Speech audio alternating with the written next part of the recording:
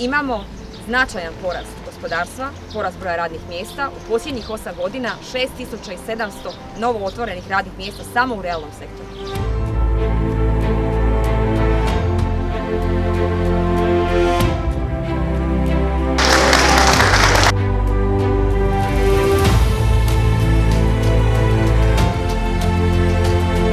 Dobrodošla kući.